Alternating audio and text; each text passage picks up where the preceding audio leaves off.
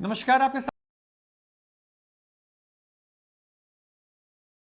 पर जाति वाला चश्मा क्यों चढ़ गया है, क्यों नीतीश कुमार अपराधियों को जाति के हिसाब से अब देखने लगे हैं और इसका क्या असर बिहार में होने वाला है, बात करेंगे इसी पर। बेगूसराय गोलीकांड की जांच के दौरान पुलिस का जो एक्शन सामने आया और उस पर से नीतीश कुमार ने जो बयान दिया उसे देखा और सुना गया, वह भविष्य के लिए कैसा है।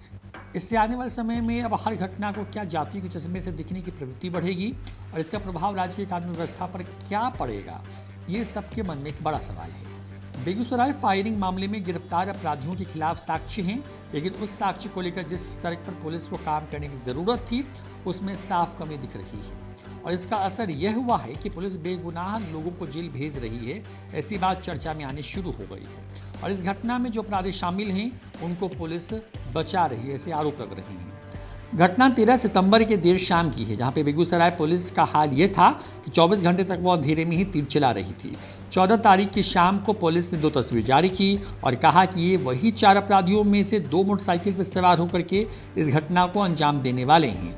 इतने महत्वपूर्ण केस में 15 तारीख की शाम मीडिया में खबर आने लगी कि इस कांड में शामिल अपराधी पकड़े गए और इस घटना में शामिल अपराधियों का नाम क्या है यह भी मीडिया में चलने लगा, जबकि उस समय तक सभी गिरफ्तारी भी नहीं हुई थी। उन अपराधियों का नाम कैसे बाहर आ गया, यह बड़ा सवाल है।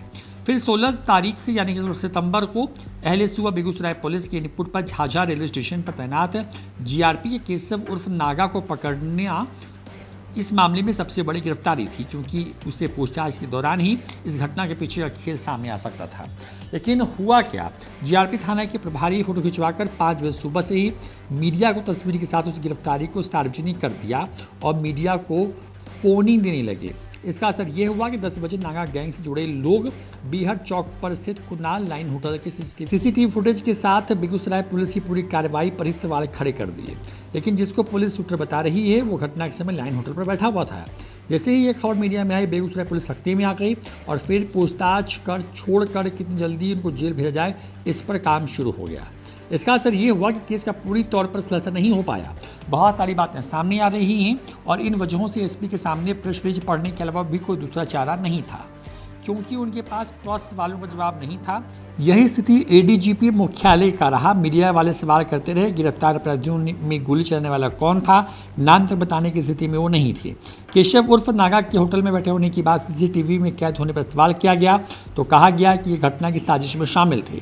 साजिश क्या है, यह अनुसंधान का मसला है। इस तरह के सवाल जवाब ने पुलिस की कार्रवाई को और भी संदेह के घेरे में लाकर खड़ा कर दिया है और सुशील मोदी और गिरिराज सिंह जैसे नेताओं को इस मामले की सीबीआई और एनआईए से जांच कराने की मांग कराने का एक मौका मिल गया है।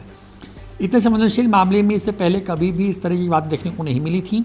पुलिस वाले सूचना लीक कर रहे थे और झाझा जीआरपी ने तो हद ही कर दी, तस्वीर तक जारी कर दी, जो दिखाता है कि बिहार पुलिस की कार्यप्रणाली पूरी तरीके से ध्वस्त हो चुकी है। याद करिए 1995 से 2005 का दौर, राज्य में जो भी अपराधी घटना होती थी सरकार उसको जाति से जोड़ देती थी। इस वजह से बिहार की पुलिसिंग धीरे धीरे कमजोर होती चली गई।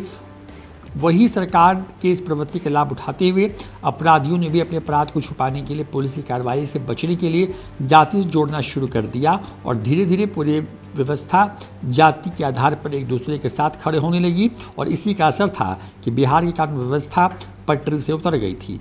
नीतीश कुमार इसी व्यवस्था पर चोट करके राज्य में कानून का राज स्थापित करने में कामयाब रहे थे, लेकिन पहली बार वो किसी घटना को जातिवादी आधार से जोड़ते हुए बयान देते दिखते हैं और इसका असर बेगूसराय फायरिंग मामले में पुलिस की कार्यशैली पर साफ दिखाई दिया। हालांकि इसके लिए लालू यादव या नीतीश कुमार ही जिम्मेवार नहीं है। सुशील मोदी और गिरिराज सिंह जैसे नेता के साथ साथ यहाँ के सवर्णवादी मानसिकता वाले जो लोग भी हैं वो भी कम जिम्मेदार नहीं हैं, क्योंकि दूसरा ये घटना पूरी तरीके से आपराधिक घटना है और सरकार या किसी जिले में एसपी बदलने के बाद अपराधियों की ये प्रवृत्ति रही है कि इस तरह की घटना करके वह देखना चाहता है कि सरकार और पुलिस प्रशासन की सोच क्या है। याद करें नीतीश कुमार 2005 में सत्ता में आए थे तो शुरुआती 1 साल तक किस तरीके से अपराधी सरकार को लगातार चुनौती दे रहे थे, लेकिन जैसे ही अपराधियों को समझ में आ गया कि सरकार कोर्ट और सत्ता में बैठे अपनी जाति वाले अधिकारी से अब मदद मिलने वाली नहीं है, धीरे धीरे वो सुधर गए। लेकिन बेगूसराय की घटना के बाद अपराधी और असामाजिक तत्व एक बार फिर से सिस्टम में बैठे अपराधियों और नेताओं पर दबाव बनाना शुरू कर सकते हैं। इस उदाहरण के साथ ही मेरे साथ जाति के आधार पर भेदभाव हो रहा है। हालांकि इस सोच को कितना बल मिलेगा यह कहना मुश्किल है, लेकिन नेताओं की यही कोशिश होगी कि इस आधार पर समाज को बांटा जाए। न्यूज़ 4 नेशन की रिपोर्ट।